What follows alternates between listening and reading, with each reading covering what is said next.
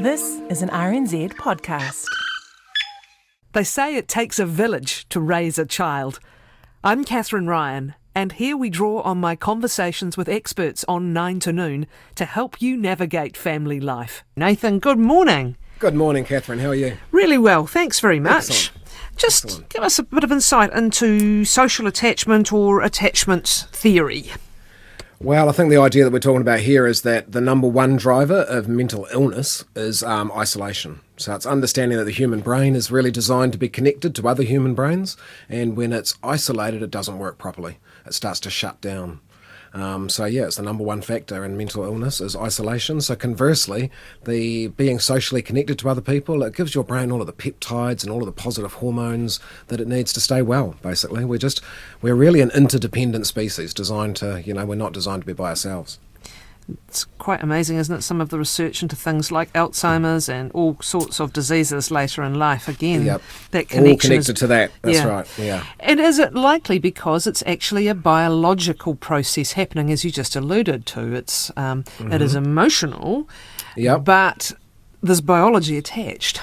Yeah, I think it's because sometimes we like to think of the human brain, or the public like to think of it as a computer, and it makes us, and things like cognitive behavioural therapy, they lend well to the analogy of a computer. But really a human being is a mammal. They've got emotions, and they've got this limbic system. And the limbic system in your brain is actually the foundation for that frontal cortex. It does all those higher cognitive things like planning for the future, controlling emotions, all of that cognitive stuff. I think people lose insight of the fact that, we're mammals, and it's all built on the foundation of a limbic system, which is all about emotion, social connectivity, feeling validated, it's coherence, it's having meaning. Like the number one factor in mental well-being, number two is social connectedness, number one is actually a coherent life story. This is a big part also, though, of what we talk about in those crucial first 3 years of life, isn't it? And just elaborate a little bit more on where knowledge is at about the need to connect with a primary caregiver and to form attachment. That probably hits the nail right on the head, because I think the rest of us can take attachment for granted, or the majority of the population, because the majority of the population receive a secure attachment. There's 4 different types of attachments that we classify in the early years, and the good one is secure, and most people get that. So that gives our brains 1, 2 and 3 what they need for us to successfully grow brain number 4. So attachment theory is recognising that, and then realising that human beings have this emotional limbic brain that needs to be engaged because it's the foundation of your cortex. So we talk about the dyadic relationship, which means a one-on-one relationship. So it just basically means that your outcomes are not just driven by your genes for your brain. Your outcomes are a combination between your genes and the environment is largely this dyadic relationship. So we receive this attachment, this nurturing, this loving, this care. It calms the baby's stress response system. And when you receive that consistently, even in the first year of life, and consistently your stress response system has been calmed, that attachment then allows you to grow this wonderful brain number 4. It calms the human stress response system. So attachment is related to biology. We need it, or else we would remain much more animalistic and much more in our brain stems and focused on survival. Remind us of the 4 again. The 1 is the most primitive, the most basic. Yeah, down at the bottom, the survival brain that does all your basics, keeps your heart beating, and it has fight, flight or freeze. And just think brain number 1, survival. Brain number 2 is movement. And then brain number 3 is this limbic system, the emotional brain. A reptile has brains 1 and 2. So a reptile doesn't tend to show emotions because that's brain number 3. Brain number 3, this nurturing brain, this brain where attachment, if you like, comes from, it's in mammals and not in reptiles, because reptiles don't parent. Reptiles tend to lay eggs and leave them to it. So they don't need an emotional brain for nurturing and attachment, whereas mammals all do. So, And where are we getting with number 4? Well, number 4 was all this wonderful stuff of planning for the future and controlling your emotions and higher intelligence, and for human beings it's literacy and numeracy and all the wonderful stuff that we tend to focus on when we think about intelligence. But all that sort of computer stuff, in some ways, it lends itself to a computer analogy. So where we have that dyadic relationship forming in infancy and absolute trust in a primary caretaker, what about as an infant grows? Do we need to keep nurturing attachment, and how do we help a child develop healthy attachments, plural, as they grow. Yeah. Yeah, we do absolutely need to keep fostering attachment. I mean, that's when you reach adulthood that you've got a full sort of developed brain and able to be independent. And even then, in recognition of the stuff we said at the start, you're never really independent as a human being. We're an interdependent species. But you have a developed brain somewhere between 18 and 32. So yeah, they're going to need constant nurturing up to then. That means that, like a firstborn girl might be 18 when she reaches adulthood, and conversely at the other end, a boy who's not the firstborn might take until 32. Everyone's going to be somewhere sort of in that scale, most people. And yeah, they're absolutely going to need nurturing until then, because that brain that controls emotions is not going to be fully developed till then. So you need someone to help you calm those emotions. As a baby, you do it all for them in that first year. You're doing everything to calm their emotions. When they're 18, they're probably calming their emotions most of the time until they have their, break up with their girlfriend or something, and then it's all your job again. How do you... Yeah, exactly. Yeah. 30, 40, whatever. We return. How do you help at different stages, though, or what is the way you focus on the actual nurturing of this at different ages and stages? Yeah, it's because what you want is a resilient child at the end of the day is what everybody wants. And I think this can sometimes be counterintuitive, because New Zealand seems to think that you get a resilient child by telling them to harden up. But the research, unfortunately, says the exact opposite to that, that actually the more nurturing and pampering and validating of emotion we give them, the more resilient they are. Developing resilience is really about having more resiliency factors than risk factors. So some kids will handle a divorce because they've got wonderful, their parents divorcing because there's got wonderful grandparents around them, and because they've got a wonderful relationship with the teacher at school, and there's all these other supports. The nurturing is there, but we're going further, as you've alluded to. We're actually supporting and almost instigating a calming response. Yeah, and absolutely. What are the means of doing that? And staying calm yourself is possibly a starting point, I imagine. But give us some examples of doing it well. Yeah, well, I mean, you hit the nail on the head there by saying being calm yourself, because your pace is sort of setting the pace for the whole interaction. But a key thing to do is to validate the emotion. That's always key with a child, with anyone in trauma. That limbic system is going to take over, and 99% of their worldview is the emotion. And we might be calm and rational, but that's 1% of their worldview. So in order to get that 1% and grow it, and to allow them to calm down and to calm that emotion, you have to speak to the emotion. You have to validate it. The worst thing you can do to a person who's losing the plot is to say, calm down. That's never made anybody calm down, because that's the opposite to validating. Validating is hearing their emotion and reflecting it back to them so they know that you've heard it. I can see this is making you really angry. I can see this is making you really upset. Quite literally, on a brain scan, if we've got had that person hooked up to a brain scan, and you can see their amygdala, their limbic system getting more and more active and taking over, and so there's less and less juice left for the frontal cortex. When you say to that person, I can see you're angry, or that person says, I am angry, there's immediately an electrical reduction of activity in the amygdala, which immediately means more of that frontal cortex can come online. So even down to the biology, you can see human beings really need validated. They need you to hear that emotion. So whether that's a 2-year-old tantruming because you won't give them a biscuit, rather than going straight to, don't be ridiculous, it's tea time in 10 minutes, you say first, oh, I know it's really hard when you don't get what you want. But don't be ridiculous. It's tea time in 10 minutes. It's validating the emotion first is surprisingly effective, because it's 99% of their worldview. And if they don't feel listened to, then they're not going to listen to you.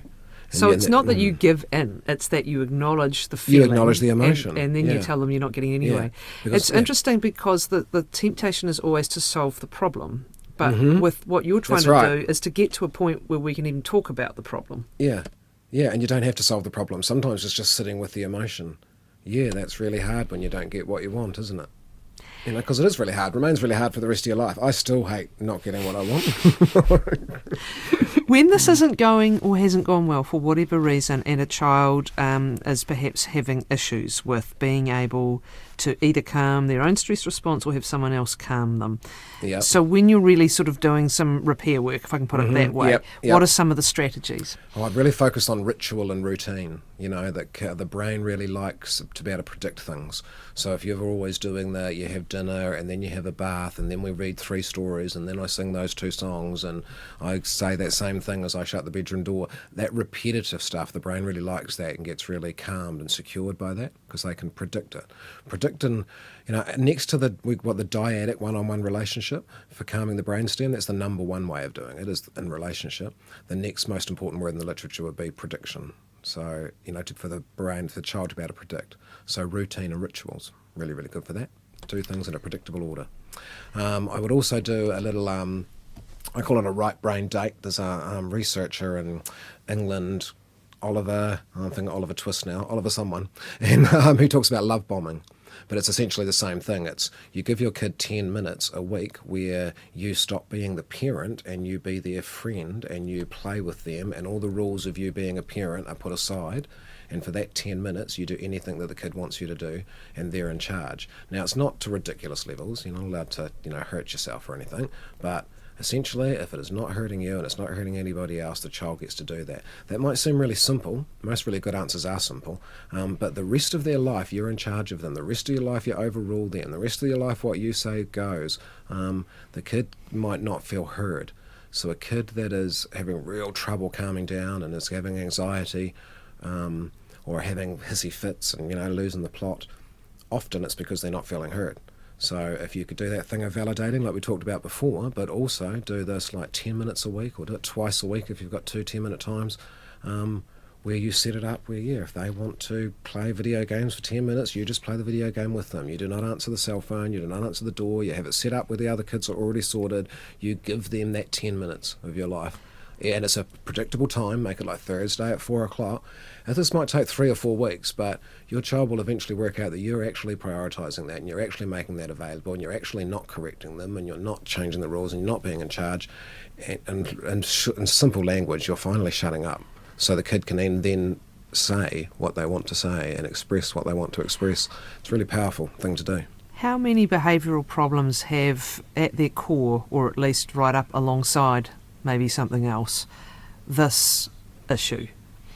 Like 98%, I think, I've spent lots of years working in child therapy and stuff, and it's not all that, because sometimes it's all the horrific abuse stuff, but a lot of kids' problems are about not feeling heard, or that their worldview is not validated because it's seen from a child's point of view, and to an adult that's silly. But specifically this, I'm not even in a part of my brain where I can deal with what you're telling me now, or you trying to change my behaviour there now. Do we often go to try and deal to behaviours when behind a very large percentage of them is the fact they're in this state? Yeah. And we need to get them out of it. Yeah, and it's not one or the other, it's often both, isn't it? You want to deal with the emotional state and then deal with the behaviour. But there's no point dealing with that behaviour when they're in that emotional state, because you're in 2 different parts of the brain, and the part that's going to learn that good behaviour and what to do next time and the good strategies and all the good stuff, you're not in that when you're severely emotional. So you calm that emotion. It might not even be then, it might be that you then later on come back and revisit that and talk about, what are some good strategies we could do next time. A question, how to nurture young independent adult, in inverted commas, away at university? Right. Yeah, that's a big one, isn't it? It is at the moment. Boy, are we focusing on, how young these kids are. They're young adults, but that's right. But they're young. And I felt that particularly. My kids are March, the last 2 are March babies. That means they're going away to university in Dunedin 5 hours away, and they're actually only 17. They're not even 18 when they're going to orientation and stuff. So I worried about them a lot. And on the media now with this stuff, how do we nurture that independence? Yeah, it's difficult, isn't it? You've got to keep an open line of communication with that child. They've got to feel like no matter what wild risk-taking and experimenting they're doing, that there is always an open line of communication to you, and that you will help them first and judge them and tell them off second, but your first response will be to help. I think that's the best thing we can do. You can't actually control them very much when they're 18. The law's told them that they're, adults. But you can give them permission to keep parenting them, which is interesting, because so many times I've heard, and I think it's C/ will be another one who said, look, they'll tell you one thing but they want another. Yeah, they'll tell you to sod off, but actually they want you helping. That's so true. They still want you, but they're sure as heck not going to tell you that. So giving them permission in some ways, that if the proverbial hits the fan or you don't like what's happening or whatever, I'm here. rather than a message, hey, you're off to university, you're a grown-up, go and have a great life. Actually opening the door in a way You're so right, Catherine. And they'll probably go on, but you've done it. You've still done it. Oh my God, you're so overprotective. No one else is doing that. So I used to joke that my kids, all through their teenage years, would complain constantly. They wanted me at home the whole time so that they could ignore me. Like, they didn't want to talk to me or interact with me when I was at home, but they got really upset when I wasn't at home. So there's that contradicting message. They wanted me at home so they could ignore me. That's the teenager. They're full of contradictions. Another question, I know you have strong views on this, but and this is daycare, and specifically this emailer says, please ask about the impact the first 3 years in a poor quality daycare setting has on the young child and then the growing adolescent. And then I guess I would come off the back of that and say, what can you be doing as a parent to compensate. Yeah, change centres. If it's a poor quality centre, get out of there. Good start, but yeah. Yep. You're right, and the poor quality is the word there, because I have strong views on supporting the research, which the number one factor is having a parent stay at home in the first year. But I don't want to alienate. I had children in childcare in the first year of life. I don't think kids are wrecked by childcare in the first year of life. So the key words there are poor quality. So if they're in that poor quality, what can the parent do to compensate? One of the obvious sort of practical things is that you can make sure they keep giving your child an afternoon sleep when they're at the childcare centre, so that way you don't pick them up and they're dead tired and fall asleep by 7:30 and they're exposed to all the stress of the afternoon when they're tired at the childcare centre. Instead, they go to bed at the childcare centre. They get away from all that afternoon stress, and then when you pick them up, they stay up till like 9:30 at night, so you have way more interaction with them, and then you're a bigger percentage of their day than childcare if they have to be in full-time childcare. That's just how I managed it when I was in that situation of having lots of kids and needing to work, and it was just a way that I could make sure I spent more one-on-one time with my kids. This is an interesting question. It's an adult who's saying has had experience of emotional abuse and neglect, is deeply lonely. How does one learn to self-parent? And I think it might be the same emailer who says, are there techniques a person can do when they are feeling disconnected before they have found friends? In other words, for someone who's now feeling this very acutely, can you self-parent? Can you? And I love the question because it's... I love it too. Yeah, that's great. Yeah. It shows deep insight. That's an intelligent question, isn't it? And yes, you absolutely can. You can self-parent. Everyone's got that voice inside their head, in fact, and it's just whether is that voice inside your head loving and nurturing you and your best friend, or is that voice inside your head more like a critical parent, or somewhat like someone telling you that you're not good enough, that you're not tall enough, that you're not clever enough, that you're not skinny enough, that you're not pretty enough, all of that not enoughs. That voice, that self-talk, when you look across all the different theorists around Jung and psychoanalysis and all of them, there's that unifying thing that you at some point in your life have to take control of that self-talk. So yes, you can self-parent. You have to train that voice inside your head to be your best friend and not be critical. Your best friend does make critiques, but you know how your best friend critiques you. They don't say you're too stupid, you're too fat. Your best friend might say, okay, if that's really what you want to do, if you set your mind to anything, you can achieve it. Do you think that's a realistic, your friend will challenge you, but not be mean. So that voice in your head has to be your best friend. And mirror work surprisingly works for that. Talking to yourself, facing the mirror. I know it might sound stupid, but it's amazingly effective on the brain. And the affirmations that you make to the brain. Your brain's easy to fool in terms of the language that comes out of your mouth. The brain tends to believe. So standing in front of a mirror and, if you believe you're boring and, then standing in front of a mirror and going, I'm an interesting person. I'm an interesting person. And repeating that, looking yourself in the eye 10 times over as a morning ritual, you'll be amazed how much more interesting you become. The brain's easy to fool. I think the idea of self-parenting is an important part of resilience in tough times, because it's taking the same things we know about what's good for us and saying, right now, I'm the person who's going to help me, Yeah. And I also love the idea that you're lonely, but you're going to find those friends. You don't right now, but and it takes work sometimes. It takes work and risk and putting yourself out there in disappointments to build friendships. They're so precious and they take time. And that's a good question to ask yourself. If I was my own best friend, how would I, treat myself? True. Now? True. we've just back to where we were. I think we've probably nailed it, really. Have you got anything you want to add? Thank you for your very thoughtful questions today, listeners. Yeah, that's great. But it really is that business, and it's, again, if one is self-parenting, it's that business of calming down first.